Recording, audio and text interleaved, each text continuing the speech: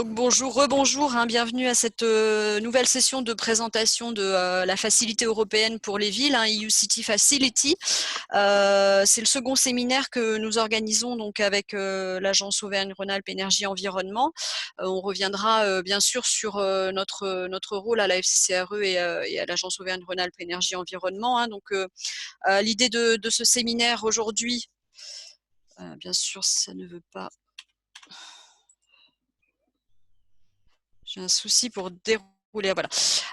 L'ordre du jour de ce séminaire d'aujourd'hui est de présenter dans un premier temps les grandes lignes du dispositif, ainsi que les modalités pratiques, les critères d'éligibilité, d'évaluation et la mise en œuvre et les modalités de mise en œuvre de ce dispositif. Et on consacrera ensuite une demi-heure à un temps d'échange avec vous sur la base de vos questions et des éléments de réponse qu'on pourra vous apporter. Simplement quelques rappels sur le contexte de mise en œuvre de cette nouvelle facilité européenne. Elle s'inscrit bien sûr dans un contexte européen que vous connaissez sans doute pour beaucoup d'entre vous, avec des politiques et des objectifs fixés en matière de climat et d'énergie dans le contexte de la mise en œuvre de l'accord de Paris qui avait été signé il y a quelques années, et d'un certain nombre de réglementations qui fixent des objectifs en matière de climat, de réduction des émissions de gaz à effet de serre, d'efficacité énergétique, de déploiement des énergies renouvelables, des objectifs qui seront a priori donc revus à la hausse à l'horizon 2030 dans le cadre des engagements pris par la Commission européenne dans le cadre du pacte vert et notamment de la loi sur le climat qui est actuellement en cours de discussion entre le Parlement européen et le Conseil, qui devrait porter les efforts en matière de réduction des émissions de gaz à effet de serre à au moins 50% d'ici 2030, et peut-être, si le Parlement est entendu, cet objectif pourrait être porté à 65%. Dans ce cadre-là, bien sûr, le rôle majeur des collectivités territoriales et le potentiel d'action dans la réalisation de ces objectifs est reconnu, est affirmé. Mais il existe malgré tout un certain nombre d'enjeux qui sont liés notamment à la question du financement des investissements nécessaires pour atteindre ces objectifs. Je ne veux pas vous asséner de chiffres, mais en fonction des études que l'on peut parcourir, l'effort qui serait nécessaire pour atteindre les objectifs européens en matière de climat pose un objectif, enfin en tout cas un besoin d'environ 300 milliards d'euros d'investissement nécessaires, entre 250 et 300 milliards d'euros par an seraient nécessaires pour concrétiser l'ensemble de ces objectifs. Donc un gros gap avec la réalité des investissements qui sont portés à la fois à l'échelle communautaire dans le cadre du budget européen et bien sûr par les différents États membres et les collectivités territoriales. Donc l'idée est aussi d'aller puiser dans les financements privés qui existent pour pouvoir justement combler ce gap. Bien sûr, il existe à l'échelle européenne un certain nombre de dispositifs qui accompagnent l'action des collectivités territoriales dans leur transition énergétique et climatique.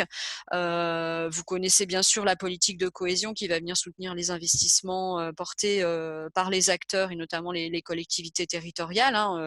La prochaine période de programmation est en cours de discussion, de finalisation, avec un objectif particulier lié à la transition et à la sobriété liée aux émissions de gaz à effet de serre. Donc on devrait avoir comme pour la période précédente, des financements importants à ce titre. Bon, il existe aussi des dispositifs tels que ELENA, qui sont également des soutiens à la définition de programmes d'investissement, un petit peu comme la facilité qu'on présente aujourd'hui, mais sur des montants financiers bien plus importants.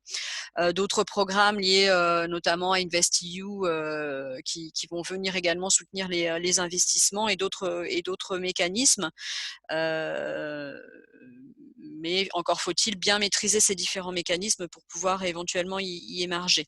Dans le cadre du prochain CFP, du cadre financier pluriannuel qui est en train de se définir sur le post 2020. On aura sans doute aussi d'autres dispositifs en cours de définition.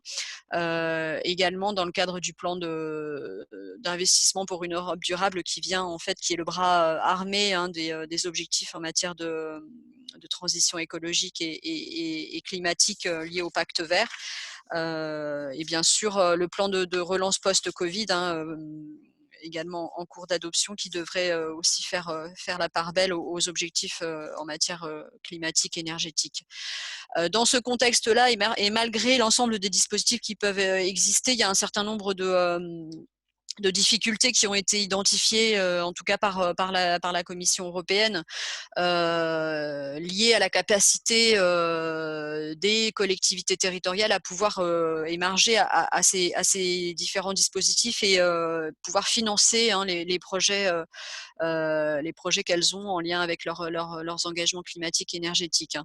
Vous les voyez là, un certain nombre de difficultés liées au manque de ressources humaines et à la capacité technique, des réticences vis-à-vis des nouveaux outils, notamment des outils financiers, un certain manque d'expérience dans le développement de programmes d'investissement, des difficultés à investir dans la phase préparatoire des projets, des difficultés bien sûr aussi à faire coïncider le cycle électoral et le cycle de déploiement de projets liés aux objectifs climatiques et énergétiques.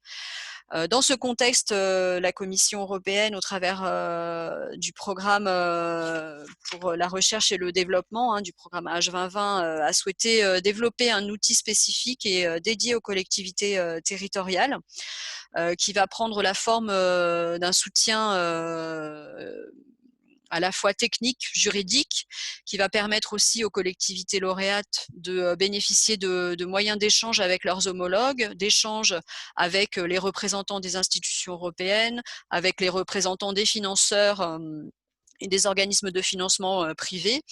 Ce soutien prendra la forme d'un apport financier forfaitaire de 60 000 € qui permettra d'élaborer ce qu'on appelle un concept d'investissement. Patrick Billard reviendra sur ce qu'est le concept d'investissement dans quelques minutes. Ce dispositif va être mis en œuvre dans le cadre de 4 appels à projets qui vont être publiés sur les 3 années de développement du projet, puisque le projet, la facilité va être mise en œuvre jusqu'à la mi-juillet 2023 dans le cadre de différents appels à projets sur lesquels je reviendrai tout à l'heure. Les objectifs généraux de cette facilité sont de fournir, comme je l'ai évoqué tout à l'heure, une expertise technique, juridique et financière aux collectivités territoriales lauréates. L'objectif est de pouvoir adopter plus de 200 concepts d'investissement qui devraient pouvoir enclencher environ 320 millions d'euros d'investissement, tant public que privé. L'objectif de la facilité est également d'accompagner et de développer la capacité des agents des collectivités territoriales lauréates, de leur faciliter la compréhension et l'accès à la fois au financement privé européen, aux services de conseil, avec un objectif global de pouvoir toucher près de 9000 villes, municipalités, afin de soutenir la réplication de ces dispositifs. Le dispositif, donc je le disais tout à l'heure, est mis en œuvre dans le cadre du programme Horizon 2020. Il est mis en œuvre par un consortium d'organisations européennes qui rassemble à la fois des collectivités territoriales, mais aussi des experts en matière de politique énergétique et de financement, notamment financement européen. Vous connaissez peut-être l'association de villes Energy Cities, qui est chef de file sur ce projet.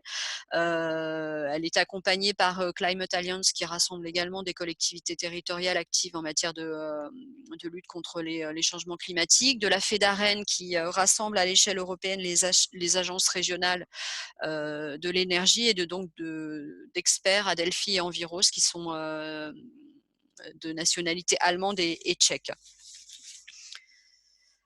Le rôle des experts nationaux et du réseau, donc la FCCRE accompagne la promotion de ce dispositif auprès des collectivités territoriales, hein, par le biais d'organisation de séminaires, de publications d'articles sur le site internet notamment de la FCCRE.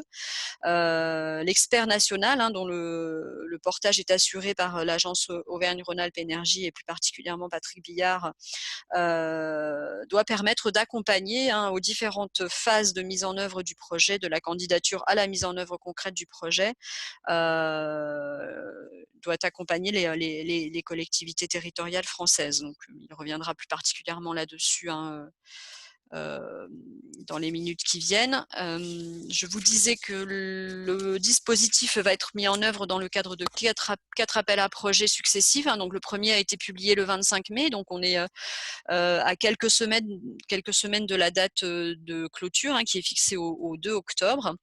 Ce premier appel à projet sera suivi de 3 autres appels à projets publiés respectivement au printemps 2021, à l'automne 2021 et au printemps 2022. La spécificité aussi des appels à projets, même si on a un appel à projet pour l'ensemble des États membres de l'Union européenne, l'évaluation va se faire dans le cadre de 3 grandes régions, hein. Donc pour la France, on est concerné par la région nord-ouest. Donc, comme vous le voyez sur le schéma, hein, on n'est pas concerné par une compétition à l'échelle des 28 États membres, mais on est visé dans 1, 2, 3, 4, 5, 6, 7, 8, 9, 10. Il y a 11 États, hein, dans la région Europe du Nord-Ouest, parmi lesquels la France. Et c'est à cette échelle-là, en fait, hein, que l'évaluation des projets va être mise en œuvre, et qu'un certain nombre de projets va être retenu par appel à proposition. Donc, comme vous le voyez, pour le premier appel à projet, 11 projets vont être retenus.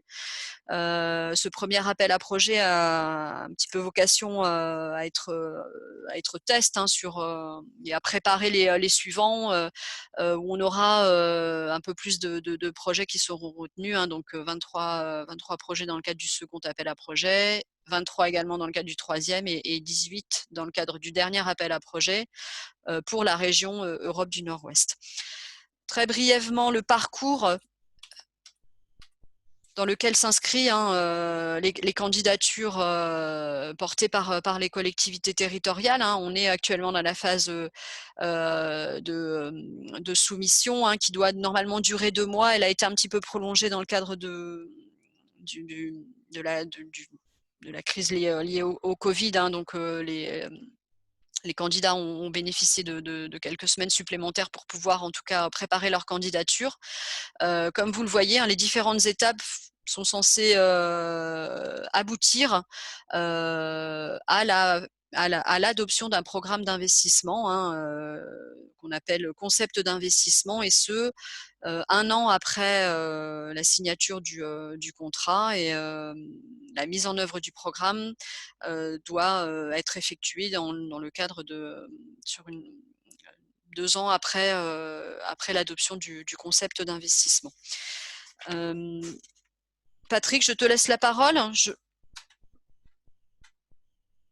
Patrick, tu m'entends? Oui, merci Sabine. Ouais, je me déconnecte. Enfin, D'accord. Je veux bien, puis je vais laisse reprendre partager la mon main. écran. Ouais.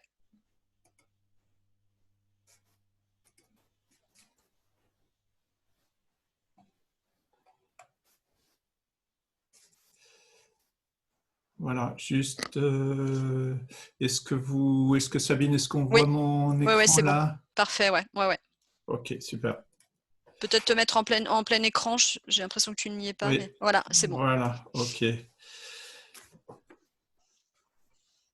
Très bien. Donc, merci beaucoup Sabine et bonjour à toutes et à tous. Je me présente Patrick Biard, donc, de l'agence Auvergne-Rhône-Alpes Énergie Environnement. Donc, je vais vous présenter dans un premier temps ce qu'on appelle le concept d'investissement, donc ce qui va être le livrable attendu par le programme si vous en êtes bénéficiaire, et ce qu'on espère. Et puis ensuite, les modalités de soumission de votre proposition et des outils d'aide pour vous aider à construire cette proposition. Donc là, dans le cadre de votre démarche énergie-climat, ce concept d'investissement qui est ici représenté en vert sur le schéma, s'appuie en fait sur un plan énergie-climat déjà existant, que vous avez pu déjà élaborer, qui peut être un PCAET, un TEPOS ou toute démarche énergie-climat, on va dire, équivalente. Ce pré-projet va vous permettre de cibler certaines actions de votre plan énergie-climat, par exemple la rénovation énergétique des écoles, et de préciser les modalités de mise en œuvre et de financement. Donc ce pré-projet d'investissement pourra s'appuyer ou s'articuler autour de différents dispositifs tels que les contrats de performance énergétique, les certificats d'économie d'énergie, la mise en place de guichets uniques de la rénovation, etc. Sabine mentionnait le programme Elena également. Et il précisera en fait les sources de financement potentielles auxquelles vous souhaitez faire appel pour passer à l'action. Donc les actions que vous avez ciblées et comment vous imaginez pouvoir les financer dans le cadre, avec l'aide de cette facilité. Donc vous aurez 12 mois après la signature de votre contrat avec la commission pour le soumettre au comité EUCF. Alors son contenu est assez proche en fait de celui d'un plan d'investissement, hein, quel qu'il soit. Donc il s'articule autour de 5 grandes parties. On retrouve la description du projet, en incluant par exemple les objectifs, les impacts estimés, etc. Une analyse succincte du marché, une description du potentiel de réplication auprès d'autres collectivités de votre région, par exemple. Ensuite, on trouve une deuxième partie qui concerne plus l'analyse des parties prenantes et la stratégie d'implication de ces acteurs dans le cadre de votre projet. Une analyse juridique qui peut éventuellement venir compléter, préciser les conditions partenariales entre les parties, la structure porteuse, les étapes juridiques que vous allez suivre, par exemple, le respect du code des marchés publics, si c'est le cas. Une partie financière, et là on vous demandera un peu d'estimer les principaux paramètres économiques, comme si vous deviez aller voir un peu votre banquier, donc les taux de rentabilité interne, valeur actuelle nette, etc., basés sur les dépenses d'investissement, d'exploitation et de recettes. Et enfin, on vous demandera de préciser le calendrier et les ressources que vous comptez mobiliser. Donc tout ça, c'est, on va dire, le livrable principal de votre projet. C'est un document qui peut être rédigé en français, pour lequel on demandera un résumé en anglais.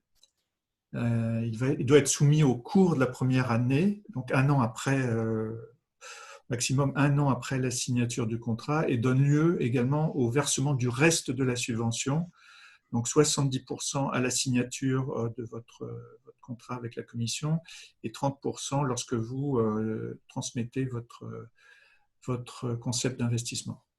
Voilà. Sachez juste que nous l'avons traduit en français, nous pourrons vous fournir le formulaire si vous le souhaitez. Voilà, je souhaitais déjà en amont vous préciser ce qu'on vous demandera si votre proposition est retenue. Alors maintenant, j'aimerais aborder avec vous, vous présenter les modalités de soumission et les critères d'éligibilité et d'évaluation des propositions. Donc, on aura une session de questions-réponses à la fin de cette présentation. Mais déjà, donc peut-être juste rappeler effectivement le calendrier de ce premier appel à projet. Il est ouvert depuis le 25 mai dernier, comme l'indiquait Sabine, et donc jusqu'au 2 octobre prochain. Donc encore quelques semaines pour y répondre. Les résultats connus en décembre, probablement pour un lancement début 2021. Alors la procédure de soumission et d'évaluation se fait en 2 phases. Donc il y a dans un premier temps une vérification de votre éligibilité qui est basée sur 5 questions que je vais vous présenter et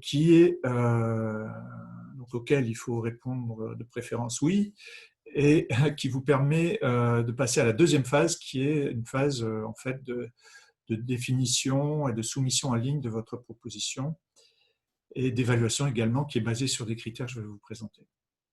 Alors juste pour indiquer que l'évaluation est réalisée par un comité d'évaluation composé donc d'experts européens, des membres du consortium du programme que que Sabine vous a présenté. Votre proposition est évaluée et notée séparément par 2 experts. Et voilà, ce sont les candidatures les mieux notées qui seront retenues par zone géographique, donc on ne sera pas en concurrence avec les autres zones européennes. Les représentants nationaux, en l'occurrence Sabine et moi pour la France, nous n'intervenons pas bien sûr dans l'évaluation des propositions. Enfin, sachez que vous avez la possibilité de resoumettre votre proposition dans le cadre des autres appels à projets UCF qui suivront en 2021 et au-delà. Alors, quels sont les critères d'éligibilité? Donc, ils sont au nombre de 5. Le premier concerne votre statut. Donc, comme Sabine l'a indiqué, le programme est essentiellement conçu pour aider les collectivités locales à passer à l'action. Donc, sont éligibles les collectivités locales ou leurs groupements, et je reviendrai sur cette notion, impliquant une collectivité de niveau 2, selon les standards Eurostat. Donc, en France, il s'agit des communes, hein, et laquelle sera porteur principal du projet. Alors, votre commune ou le groupement doit être situé, bien sûr, mais on l'espère, dans un des 27 États membres. Un point important, il faut que le porteur du projet ou porteur principal dans le cas d'un groupement ait défini un plan énergie-climat et que celui-ci soit approuvé ou au moins ait donné lieu à ou éventuellement ait donné lieu à une délibération. Alors, il s'agit d'une définition au sens large de votre plan énergie-climat. Comme je l'indiquais, on peut inclure les PCAET, TEPOS, les CCAP, les CITERGI, etc. Tout ce qui va dans le sens d'une démarche énergie-climat territoriale ayant des objectifs très précis de mise en œuvre. Enfin, on vous demandera de confirmer que vous êtes en mesure de fournir une preuve d'engagement d'un représentant politique concerné. Donc, ça peut être un maire, un conseiller municipal, conseiller communautaire, qui viendra, à travers une lettre de soutien, tout simplement confirmer que le ou les territoires s'engagent dans cette démarche-là. Et surtout ont un soutien politique pour mettre en avant leur plan d'action. Et le dernier point, c'est il faut que vous soyez en mesure de vous engager donc, pendant une période de 2 ans après la signature, un engagement à fournir les livrables, dont ce concept d'investissement dont je vous parlais à l'instant, également quelques rapports d'avancement. Et pour cela, on vous demandera de signer une auto-déclaration, on va dire, d'un service technique d'une collectivité, si c'est le cas, qui s'engage à travailler pendant 2 ans sur ce projet. Alors, je vous propose de revenir sur la notion de groupement, telle que définie par le programme, et je vous parlerai dans un instant, juste après, en fait, de la situation particulière des intercos et des syndicats, notamment, quelle peut être la contribution de ces structures également. Et de manière générale, donc le programme, donc les groupements de collectivités locales peuvent présenter leur candidature de manière groupée à travers donc par l'intermédiaire d'un porteur principal de niveau UAL2, donc la commune. Et le groupement ou le porteur principal doit avoir défini un plan énergie-climat qui sera validé, donc inclut des objectifs énergétiques et climatiques. Donc ce groupement peut avoir un statut juridique ou pas. Il peut par exemple être fondé sur un accord de coopération, par exemple un TEPOS, d'autres accords de coopération entre structures locales. Ce qui est important, c'est que le groupement définisse un porteur principal et qu'un plan énergie-climat soit identifié. Alors, peut-être juste indiquer qu'il est possible pour ce groupement soit porté par une collectivité locale, donc de niveau communal, et soutenu par un acteur public local, par exemple un syndicat d'énergie, une agence locale d'énergie, par exemple pour définir le concept d'investissement. Et à ce moment-là, il sera intéressant de le mentionner dans la candidature, sachant que cette prestation, plutôt la structure qui va venir aider le groupement ou la collectivité peut bénéficier d'une convention, d'une rémunération, et qu'une part de la subvention, donc des 60 000, peut contribuer à financer ce travail-là. Ce qu'il faut juste savoir, c'est si la demande est acceptée, le montant de la subvention, donc les 60 000 euros, le montant est attribué à l'ensemble du groupement et c'est le candidat principal qui signera la convention et recevra l'ensemble de la subvention. Charge à lui ensuite de redistribuer la partie ou toute partie de la subvention aux autres partenaires.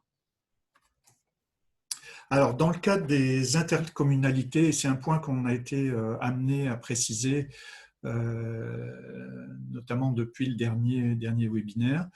Donc, les intercommunalités françaises, communautés urbaines, communautés d'agglo, Comcom, les métropoles, pour participer, doivent constituer un groupement qui va impliquer une ou plusieurs collectivités locales représentées au sein de l'EPCI et dont une va disposer d'un code UAL2, code Eurostat standard au niveau européen, et je vous montrerai tout à l'heure où avoir accès à ces codes si vous en avez besoin. Donc, parmi ces collectivités, l'une d'entre elles portera le projet, c'est le porteur principal, et conviendra avec les autres membres du groupement de la gouvernance du projet. Donc l'interco ne peut pas être le porteur principal, par contre, elle peut aider au montage du projet et dans certains cas, aider à la mise en place de l'action. Donc voilà pour les intercos. Alors j'avais aussi des questions concernant les conseils départementaux et régionaux en France.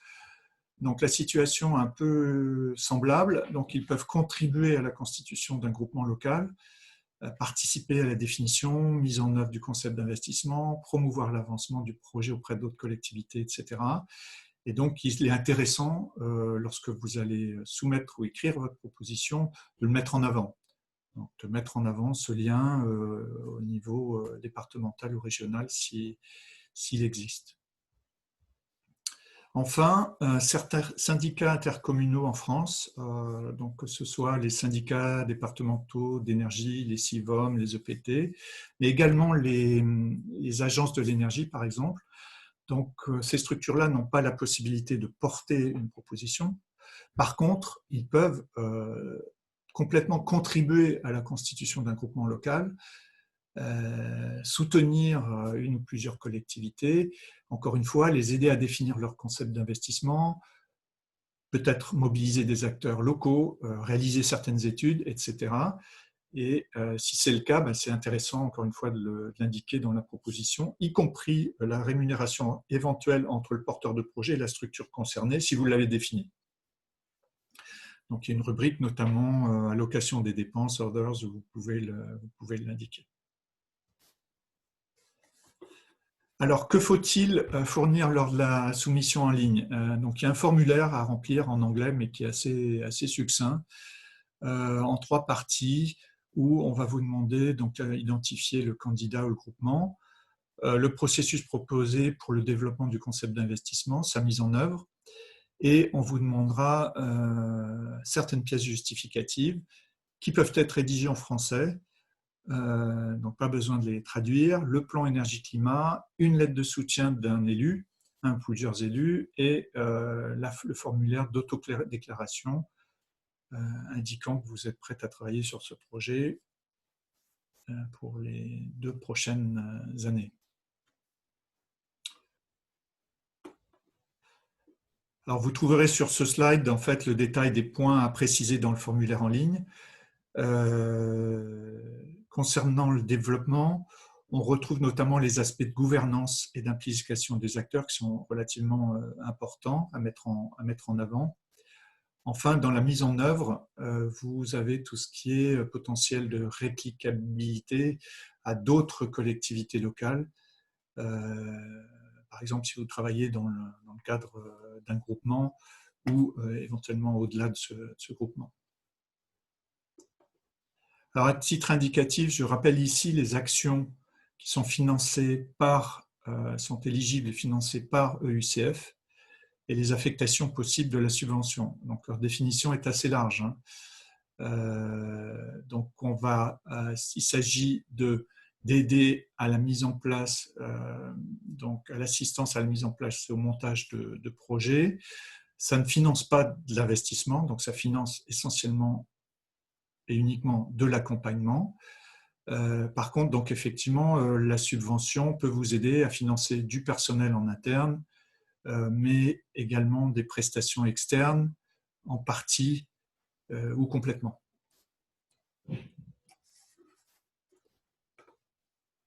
Alors, maintenant, j'aimerais vous donner quelques indications concernant l'évaluation. Donc, comment sont évaluées vos candidatures?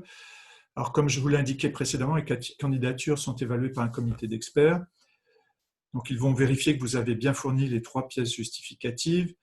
Ils vont évaluer votre candidature sur la base de 5 critères quantitatifs et qualitatifs. Je vais revenir dessus dans un instant. Et pour chaque critère, ils vont attribuer une note qui sera soumise donc à une double évaluation et une pondération.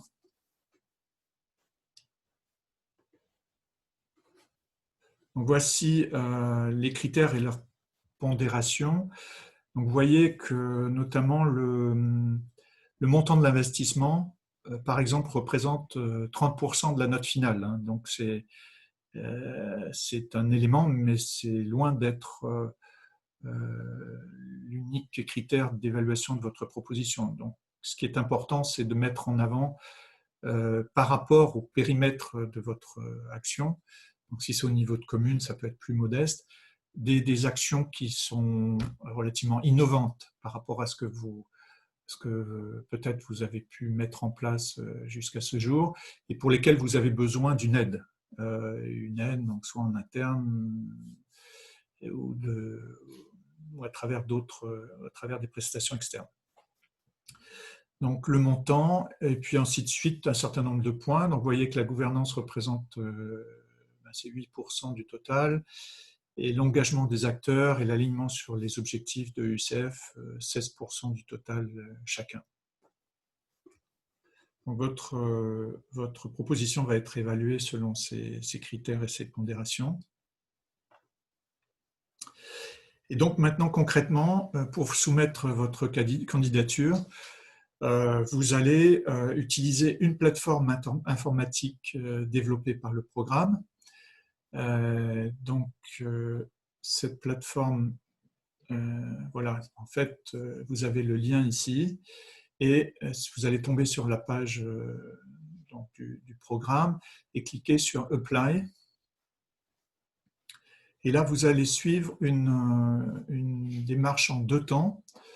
Donc, vous allez, la première phase de pré-candidature va vérifier votre éligibilité. Donc, c'est les 5 questions dont je vous parlais à l'instant et auxquelles il va falloir répondre oui et pour passer à la suite. Et après cette vérification de votre éligibilité, vous allez pouvoir vous enregistrer et ensuite déposer votre candidature. Voilà, donc ça se fait en 2 étapes. Alors, le formulaire, une fois que vous avez répondu aux questions d'éligibilité qui se présentent sous cette forme, vous voyez, c'est les questions dont je vous parlais, les éléments dont je vous parlais tout à l'heure. Donc, vous répondrez oui à ces éléments-là. Et ensuite, vous pourrez vous enregistrer. Donc, voilà le formulaire.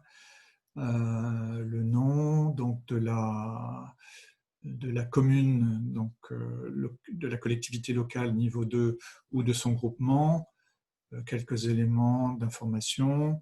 S'il y a un groupement, eh bien vous indiquez le porteur principal du projet et ensuite on vous demandera donc effectivement ce code LAU2 et que vous indiquerez ici. qui est déjà préconfiguré en fonction du pays. Vous verrez, pour la France, vous tombez déjà sur une liste de codes déjà indiqués, listés. Et donc, ensuite, suite à ça, vous avez la possibilité. Donc, une fois que vous êtes enregistré, vous tombez sur un formulaire en ligne. Et là, donc c'est essentiellement, comme je le disais, environ 2-3 pages, guère plus, qu'il faudra remplir. Donc, vous allez préciser en fait les ressources que vous allez utiliser, les activités que vous avez ciblées, la gouvernance que vous souhaitez mettre en place, comment vous allez impliquer les différents acteurs. Oups. Les secteurs sur lesquels vous souhaitez travailler. Donc, ça peut être les bâtiments publics, ça peut être voilà, des réseaux de chaleur, des aspects de mobilité en lien avec l'énergie et si possible, l'efficacité énergétique. Les mesures sur lesquelles que vous souhaitez financer. Le montant de l'investissement, le type d'impact que vous imaginez et le potentiel de réplication. Donc tout ça de manière assez succincte donc vous devez fournir un certain nombre de pièces justificatives, notamment certaines qui vont être obligatoires, donc le plan énergie-climat, la lettre de soutien et le formulaire d'autodéclaration. Ainsi que le mode de calcul vos estimations d'économie d'énergie et quelques éléments concernant le montant d'investissement. Donc tout ça, c'est en ligne. Vous avez la possibilité, je vais vous montrer où, de télécharger un document PDF en PDF, si vous voulez, qui peut éventuellement vous aider à préparer avant de rentrer tous ces éléments. Sachez que vous avez la possibilité de le faire en plusieurs étapes. Par exemple, vous pouvez très bien commencer par vérifier l'éligibilité, commencer à vous enregistrer et puis revenir dessus plusieurs jours après, compléter certains points, etc. Ce qui est important, c'est de soumettre votre proposition avant le 2 octobre. Alors, le programme a mis en place un système d'assistance en ligne qui vient compléter les webinaires que nous réalisons avec Sabine et qui, donc à travers différents outils, vous permet notamment de poser vos questions. Voilà, donc par exemple, voilà le formulaire pour poser vos questions. Sachez que le programme dispose d'un certain nombre de ressources centrales au niveau européen qui vont déjà essayer de répondre à vos questions. S'il y a besoin de compléments, à ce moment-là, ils font appel à nos services pour compléter des informations. Mais donc ça va bien dans ce sens. Vous posez vos questions déjà sur le système en ligne, et ensuite on va y répondre.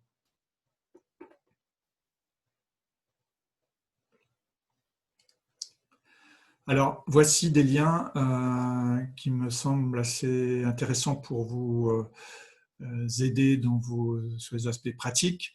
Donc là, vous avez ici je vais essayer de le faire en direct, mais je n'ai pas l'impression que ça marche comme ça.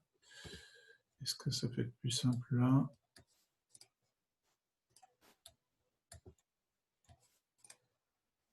Pas forcément. Donc, si je fais ça, tac. Ok, bon, on pourrait le faire. Après, je me connecterai sur le réseau directement si vous avez besoin. Donc, le site du programme, c'est ce que je vous montrais à l'instant. Sachez que toujours sur ce site, mais je vous avais l'adresse plus complète ici, vous avez un guide en anglais pour vous dire quoi utiliser, comment formuler, comment soumettre votre proposition. Des formulaires également. Donc les formulaires, c'est notamment le PDF dont je vous parlais à l'instant, le formulaire de votre proposition, mais également vous avez les formulaires des documents qui sont obligatoires, notamment les plans climat, etc. Si vous souhaitez les utiliser, notamment les formulaires de lettres de soutien et de lettres d'autodéclaration. Pour toute question, donc le lien vers le ticket que je vous présentais à l'instant, le lien pour déposer votre candidature. Ici, j'ai mis un lien vers le code, vers le site Eurostat, qui va vous préciser les codes LAU 2, donc niveau 2, dont je parlais précédemment. Et donc, je vous ai dit que le système, déjà, dès que vous entrez votre pays va vous proposer des codes en fonction des villes, etc. Mais il existe un fichier référence qui est à cette adresse-là. Voilà. En complément, je vous ai mis la foire aux questions, donc, qui a été sur laquelle on a travaillé avec la FCCRE, en français, donc, qui vient compléter qui peut venir vous éclairer sur certains points, et la présentation du webinaire comme on vient de faire aujourd'hui. Voilà. Je vous propose peut-être maintenant de passer aux questions-réponses. Et peut-être le plus simple, donc on ne sommes pas très nombreux, donc si vous voulez, donc soit vous utilisez le chat, mais c'est peut-être plus simple de les poser à l'oral comme vous souhaitez.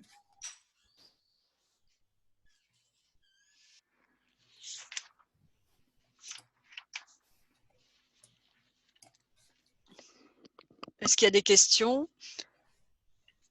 Oui, bonjour. Oui, bonjour. Moi, j'ai 3 questions. Donc, j'en ai une d'abord sur les dernières slides qu'on a vues. Dans le potentiel impact à évaluer, j'ai vu qu'il était chiffré en gigawattheure. C'est ça l'unité qu'il faut rentrer Oui, c'est beaucoup. Non, mais… je n'ai pas vérifié si on peut choisir l'unité, c'est possible, mais… Juste pour être sûr, c'est bien ça que j'avais vu. Oui, c'est ça qu'on avait indiqué, oui. Ok. Est-ce qu'on peut faire, vous avez dit qu'on pouvait faire plusieurs candidatures successives. Est-ce qu'on peut faire plusieurs candidatures sur plusieurs projets pour le même appel à projet? Alors, une commune, donc niveau 2, qui serait porteur principal du projet, ne peut déposer qu'une proposition. D'accord. Voilà. D'accord. Et donc, ça va être lié à un plan climat bien particulier, donc soit le… Voilà. Et par contre, il est possible que, éventuellement, si une autre commune d'un territoire voisin souhaite porter une proposition dans laquelle la première commune pourrait être intéressée pour coopérer, etc., sur certains aspects, ça c'est il s'agit d'une autre proposition. Donc c'est bien ce qui compte, c'est une proposition par porteur de projet principal. Oui, d'accord, je comprends. Est-ce que vous avez déjà des idées de projets qui peuvent avoir été lauréats, enfin qui sont en cours d'évaluation et qui peuvent rentrer dans ce cadre-là? Alors, pour l'instant, c'est donc le premier appel à projet. Donc, on n'a pas… on a eu… c'est très varié, ce qu'on a vu, mais on ne connaît pas forcément tout pour l'instant. Donc, ça, on pourra probablement vous en parler lors pour le deuxième appel à projet. Aujourd'hui, d'accord. C'est en cours. Ok, je vous remercie. Je vous en prie. Oui, j'ai une question à Hubert Mieux pour la commune de Saint-Julien-en-Quin. Effectivement, une petite commune de Saint-Julien-en-Quin qui va faire référence au TEPOS du PNR du Vercors. Et tout à l'heure, vous avez évoqué une délibération de la commune. Est-ce qu'il faut absolument une délibération de la commune qui dit je me raccroche au TEPOS du parc, ou le simple fait qu'elle est dans le périmètre du TEPOS suffit? Alors, on n'a pas besoin effectivement, on n'a pas besoin d'une délibération de la commune. Il faut juste que le TEPOS soit validé, on va dire, puisque je suppose que c'est le TEPOS qui va servir de référence comme plan d'action climat, c'est ça? Oui, c'est ça, oui. Voilà, il faut juste qu'il soit finalisé et validé par les communes qui sont membres du TEPOS. Il faut que ce TEPOS soit validé. S'il est validé par le parc en lui-même, Voilà, c'est bon. c'est bon, puisque les communes sont membres du parc, c'est ça? En membre du parc, voilà. Voilà. Donc, il faut que j'ajoute la délibération du parc qui a validé son TEPOS, quoi. Si c'est disponible, c'est bien. D'accord. Bon, ça devrait se trouver. Sur les tableaux d'identification des actions, on a l'énergie utilisée avant, après. J'ai pas trouvé la source biomasse. J'ai un cas où il y a de la biomasse qui est utilisée avant et après. D'accord. Voilà. Et comment on l'ajoute, quoi? Alors, Est-ce forcé ou est-ce que je l'ajoute dans le tableau? il me semblait qu'il y avait, alors je n'ai pas vérifié récemment, mais il me semblait qu'il y avait sur les ENR, alors où est-ce que j'ai mis? Non, c'est pas là.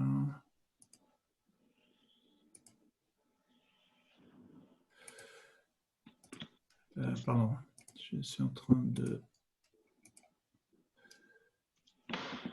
bon, il y a un tableau quelque part qui récapitule les différents sujets, qui parle de différents sujets.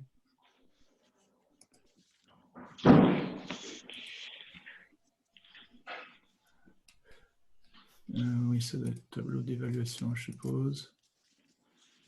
Oui, c'est dans le tableau Excel là où on liste toutes les opérations. Si je rajoute biomasse dans ça ne va pas perturber le mécanisme ou... Non, non, au contraire. Enfin, ça peut être l'objet de votre plan d'action. Donc, oui, il faut l'indiquer. Okay. Je vérifierai si on... je reviendrai vers vous. Il y a une catégorie innovative énergie infrastructure. À quoi qu'est-ce qu'elle recoupe? Qu'est-ce qui est entendu par cette catégorie? Alors, c'est assez large, hein, mais ça peut être, par exemple, en lien avec les réseaux intelligents ou, par exemple, plus précisément, des micro-réseaux qui peuvent faciliter localement des échanges ou des transactions énergétiques, la mise en place de nouveaux schémas de... Voilà, c'est un peu dans cet esprit-là, mais c'est assez large. Hein. C'est assez large. Bon, les catégories qui sont proposées peuvent être, sont souples, on peut être un peu créatif, quoi. Tout à fait. Ok. Bon, voilà pour les questions pratiques que j'avais, et puis les autres questions ont été répondues au cours de la présentation. Très bien. Je reviendrai vers vous pour le point sur la biomasse.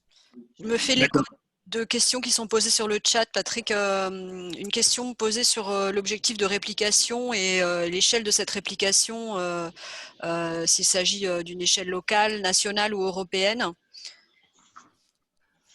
Alors, sur les aspects de réplication, alors c'est pas complètement défini. Hein. Si vous pouvez aller jusqu'au niveau européen, pourquoi pas. On imagine que déjà en local, il y a probablement des échanges ou des mécanismes d'échange que vous pouvez mobiliser pour communiquer avec d'autres collectivités locales, éventuellement sur différentes régions, niveau national, tout ce que vous pouvez, ce qui vous semble réaliste par rapport à votre projet, aux structures que vous souhaitez mobiliser. c'est important de l'indiquer. Il y avait également une question sur le nombre de projets retenus par la France. Alors, il est précisé combien de projets pensez-vous retenir pour la France? Alors, je rappelle juste, hein, comme je le disais en introduction, que si l'appel à projet est lancé à l'échelle de l'ensemble des États membres, hein, les 27 États membres plus nos amis anglais pour ce projet. Le choix des lauréats se fait dans le cadre de 3 régions, hein, et notamment la région nord-ouest pour ce qui concerne la France. Et sur ce territoire, hein, sur cette grande région, 11 projets vont être retenus à l'occasion de ce premier appel à projet. Alors bien sûr, on n'a pas identifier, on va dire, un nombre de projets pour tel ou tel État, hein. Ce sera en fonction de la qualité des projets qui seront soumis et des notes que les uns et les autres obtiendront. On espère juste qu'il y aura un grand nombre de projets portés par les collectivités françaises. Il y a aussi une question concernant les modalités de gouvernance entre communautés d'agglomération et communes membres, en fait. Oui. Est-ce que vous pouvez préciser peut-être la question? Qu'est-ce que... Si la personne souhaite prendre la parole, il n'y a pas de souci.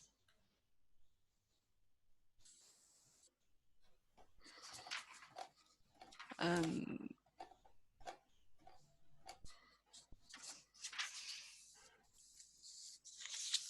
Non, visiblement. Les aspects, enfin, ce que je peux, en attendant... la personne me dit qu'elle a un problème de son. D'accord. Éventuellement via le chat, mais c'est peut-être trop long à écrire. Mais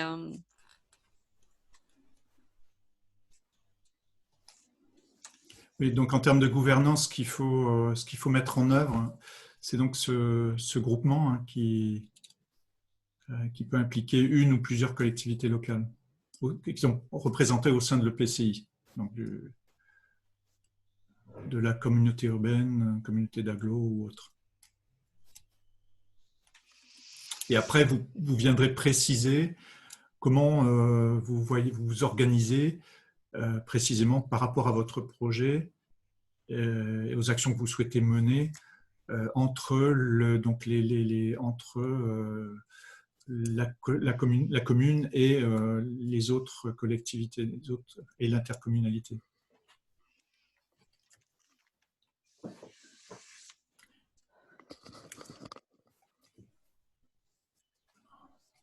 Est-ce qu'éventuellement il y a d'autres questions, d'autres prises de parole?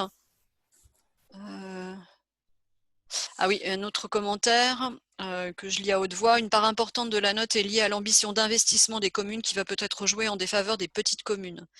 Comment peuvent-ils faire pour valoriser leur démarche malgré leurs faibles moyens vis-à-vis des plus grandes collectivités? Alors, c'est pas forcément complètement, je dirais, ce que le programme souhaite faire. Le programme souhaite vraiment favoriser l'action locale. Donc, ce que je vous indiquais précédemment, donc, vous voyez, le montant de l'investissement, c'est 30% de la note finale, hein. Après, une chose qui va être vraiment importante, je crois, dans l'évaluation, c'est par rapport à l'action, à votre périmètre d'action, qu'est-ce qui vous manque pour aller plus loin et en quoi est-ce que vous allez développer, mettre en place avec l'aide européenne est innovant par rapport à ce que vous avez déjà mis en place, par rapport à aux acteurs que vous pourriez impliquer, aux mécanismes que vous pourriez mobiliser, etc. En fait, c'est vraiment ça qui au-delà du montant d'investissement, c'est ce qui va être regardé précisément. Et encore une fois, l'idée, c'est quand même d'avoir des petits projets, hein. Donc, on va également dans le panier de projets dans son ensemble.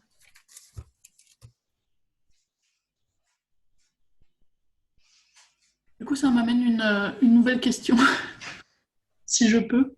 Bien sûr.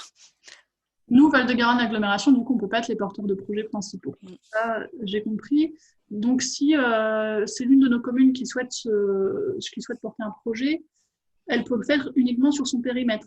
Par contre, si l'ensemble de nos communes souhaitent co-construire un projet auquel on serait partenaire, là, le périmètre est élargi et ça peut concerner toute l'agglomération. Tout à fait. Donc là, vous avez les deux possibilités extrêmes, on va dire, et puis vous avez également la possibilité de faire un groupement qui, dans un secteur bien particulier ou pour un domaine d'action bien particulier, va associer quelques collectivités, quelques communes du territoire, et éventuellement avec le soutien de votre structure. D'accord. Ok. Merci.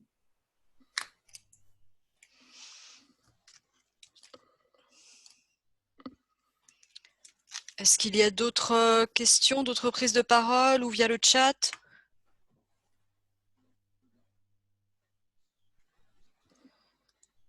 Si ce n'est pas le cas, Patrick, je te propose qu'on conclue. Sauf si tu souhaitais apporter... Oui, bon, on peut conclure. Hein, Peut-être, bien sûr, remercier l'ensemble des participants, dire qu'on transmettra le support à l'ensemble des participants après la session, en rappelant les différents liens utiles et le fait qu'on est bien sûr à disposition pour tout complément d'information. Et aussi, bon courage et bonne chance à tous les candidats.